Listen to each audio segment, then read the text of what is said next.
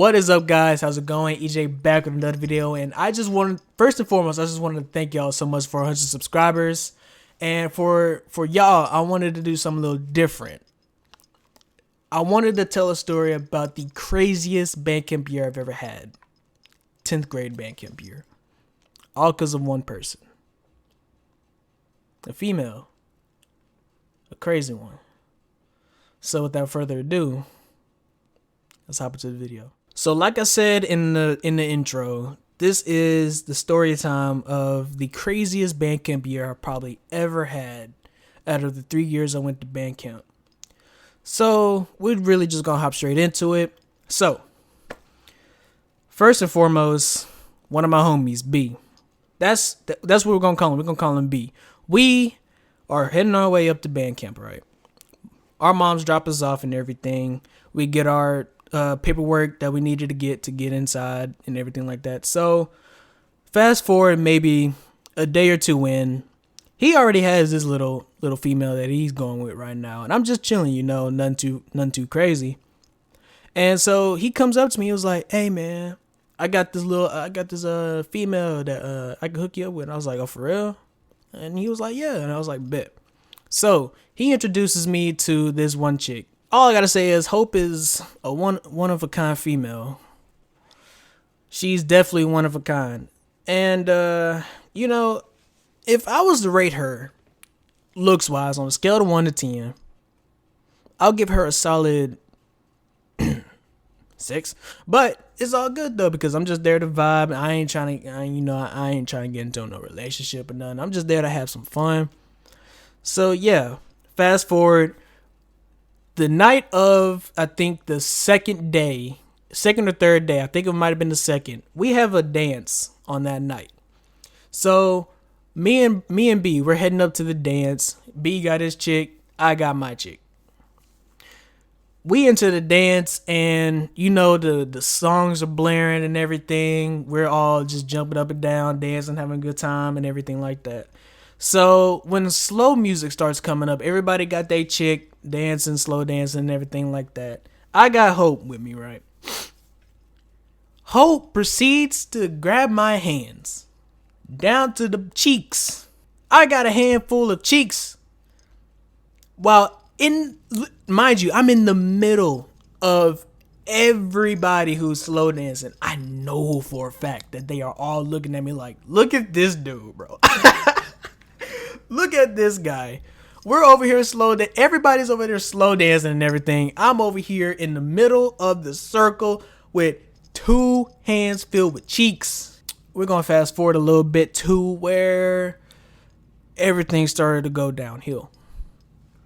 I was having a great time just chilling, vibing with this girl that I never met before until this happened. So we're over here. B, I think, is still dancing with his female, whatever, or he could have been sitting beside me. It's been a little long since I thought about this story, but me and Hope were sitting side by side.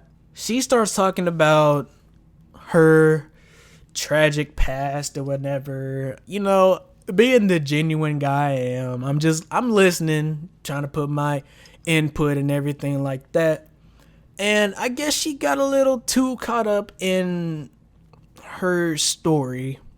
So I noticed she started to get a little depressed, right? And so I tried to help her out.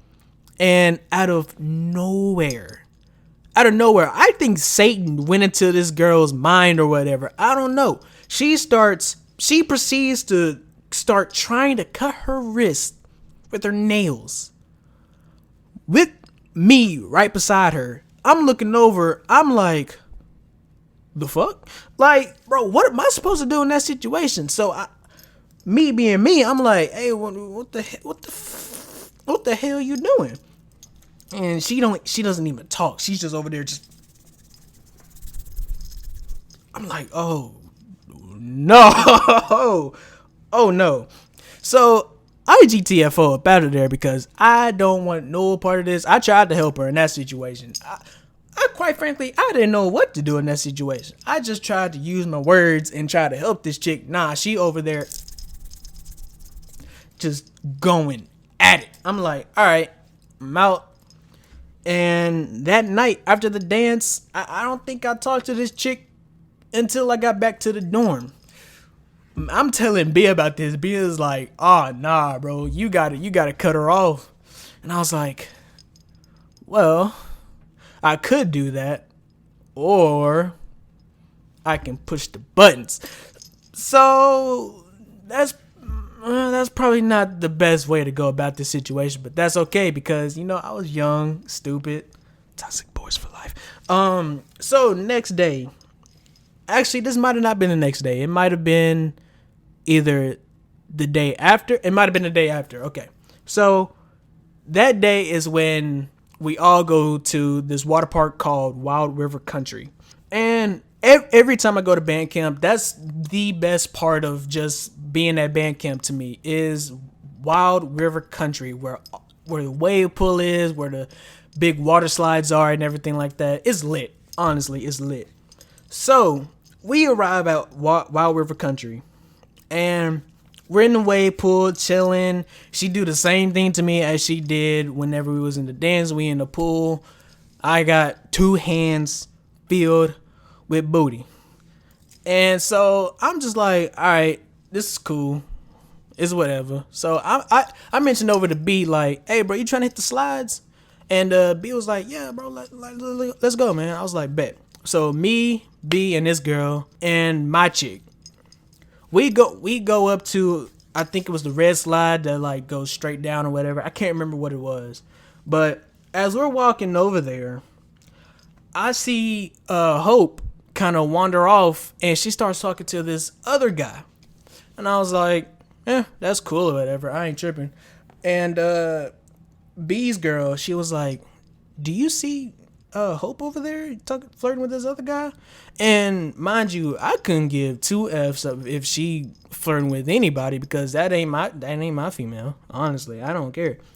But something inside me was like, dude, you should totally be petty. And I was like, I could, but do I want to?